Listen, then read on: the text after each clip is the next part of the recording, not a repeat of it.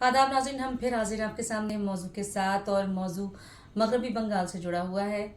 वक्फ bill पर जिस तरह से इस वक्त हंगामा मचा हुआ है, वक्फ बिल अब क़ानून में तब्दील हो चुका है, उसके बाद भी कई रियासतों में मुजाहरे हो रहे हैं। मुसलमान हर तरफ सड़क पर मुजाहरे और अपना एहतजाज दर्ज करा रहे हैं। मामला सुप्रीम कोर्ट तक पहुंच चुका है, लेकिन इस बीच मगरबी बंगाल की वज़ीर आला ममता बनर्जी ने एक बड़ा बयान दिया है, जिसमें उन्होंने कहा है कि वक्फ बिल मगरबी बंगाल में उसका निफाज नहीं होगा, यानी वो इसे नाफिज नहीं किया जाएगा।